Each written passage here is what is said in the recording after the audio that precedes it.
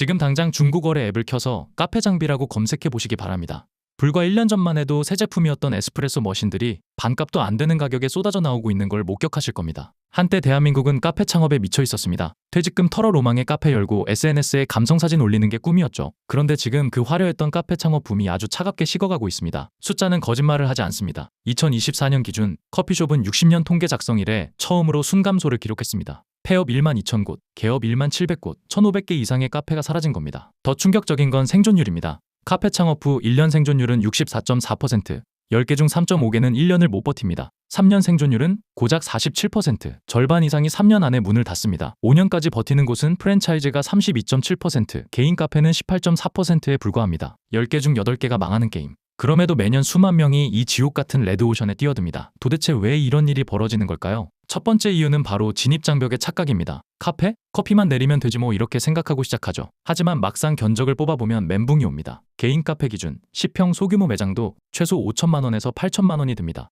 에스프레소 머신 1,000만 원, 그라인더 500만 원, 인테리어 2천만 원, 냉장고, 제빙기, 포스까지 사면 돈이 물처럼 빠져나갑니다. 여기 상가 보증금까지 합치면 서울 기준 20평 카페는 1억 5천에서 2억 원이 훌쩍 넘어갑니다. 프랜차이즈는 어떤가요? 가맹비에 인테리어 지원받는다지만 메가커피도 7천만 원에서 1억, 백다방도 비슷합니다. 커피 한 잔 팔면 되는 거 아냐? 이런 생각으로 덤볐다간 큰 코 다칩니다. 두 번째는 수익 구조의 지옥입니다. 자, 그럼 하루에 커피 64만 원어치를 팔았다고 칩시다. 한 달이면 매출 1,920만 원. 나쁘지 않죠? 하지만 현실을 봅시다. 원가율 30에서 35%, 커피값만 600만 원 나갑니다. 인건비 25에서 30%, 알바 2명만 써도 500만 원 훌쩍, 임대료 10에서 15%, 좋은 입지면 월 200에서 300만 원, 전기세, 수도세, 재료비, 택배비까지 합치면 기타 비용 5에서 10%. 계산해보세요. 1,920만 원에서 1,600만 원을 빼면 순이익 300만 원. 이게 한 달 매출 2천만 원 카페의 현실입니다. 그런데 여기서 끝이 아닙니다. 세금 내고 카드 수수료 빼고 장비 고장 나면 수리비 나가고 원두값이 오르면 또 원가 올라갑니다. 결국 손에 쥐는 돈은 월 200만 원 안팎.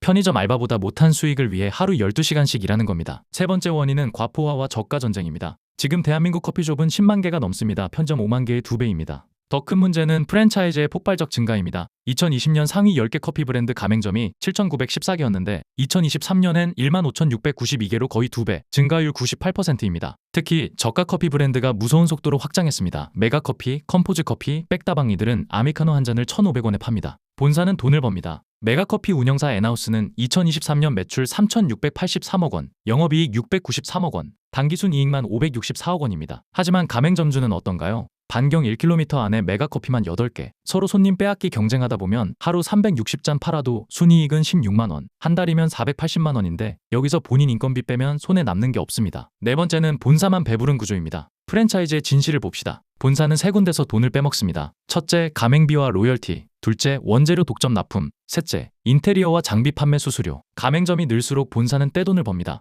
실제로 메가커피 본사 영업이익률은 18.8%. 스타벅스 영업이익 1,908억 원보다 수익성이 더 좋습니다. 하지만 가맹점주는 커피 한 잔에 1,500원 받아봐야 원가에 로열티 내고 나면 남는 게 없습니다. 결국 본사는 대박, 가맹점주는 쪽박. 더 황당한 건 폐업한 가맹점 자리에 또 다른 가맹점이 들어오면 본사는 다시 가맹비를 챙긴다는 겁니다. 회전문처럼 점주만 갈아치우는 구조죠. 다섯 번째는 대체재의 습격입니다. 요즘 사람들은 왜 카페에 안 갈까요? 첫째, 편의점 커피. GS25CU에서 1,000원에 괜찮은 커피를 팝니다. 굳이 카페 가서 3,000원 줄 이유가 있나? 둘째, 집에서 핸드드립. 코로나 이후 홈카페 문화가 정착했습니다. 캡슐커피, 원두 구매해서 집에서 내려 마시죠. 인스타그램엔 집카페 해시태그가 넘쳐납니다. 셋째, 무인카페. 인건비 제로인 무인카페가 곳곳에 생겼습니다. 24시간 운영에 가격도 저렴하죠. 유인카페는 분위기를 팔아야 하는데 요즘 MZ세대는 굳이 카페에서 오래 앉아있지 않습니다. 테이크아웃하고 바로 가죠. 결국 카페는 가격 경쟁력도 차별화도 못하는 어중간한 포지션에 갇힌 겁니다. 그렇다면 살아남는 카페는 뭐가 다를까요? 첫째, 명확한 콘셉트.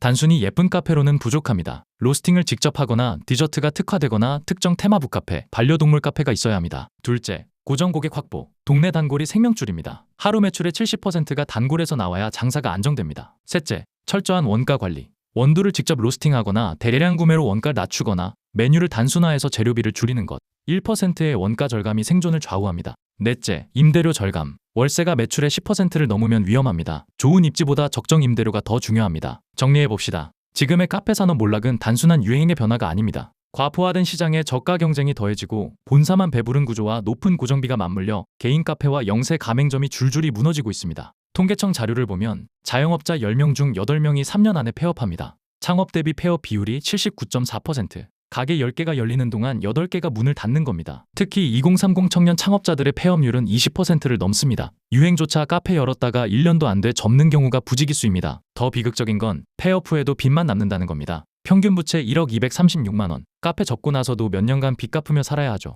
혹시 지금 퇴직금 들고 감성 카페나 하나 차릴까 생각 중이신가요? 아니면 프랜차이즈 본사 말만 믿고 이거면 월 500은 벌겠지 기대하고 계신가요? 숫자는 냉혹합니다. 10개 중 8개가 망하는 전장입니다. 당신이 그 이하의 생존자가 될 자신 정말로 있으신가요? 카페 창업은 로망이 아니라 전쟁입니다. 화려한 SNS 사진 뒤에 숨은 차가운 현실. 어쩌면 지금 우리는 뜨거운 커피향 속에 남겨진 쓴맛만 씹고 있는지도 모르겠습니다. 오늘의 이야기는 여기까지입니다.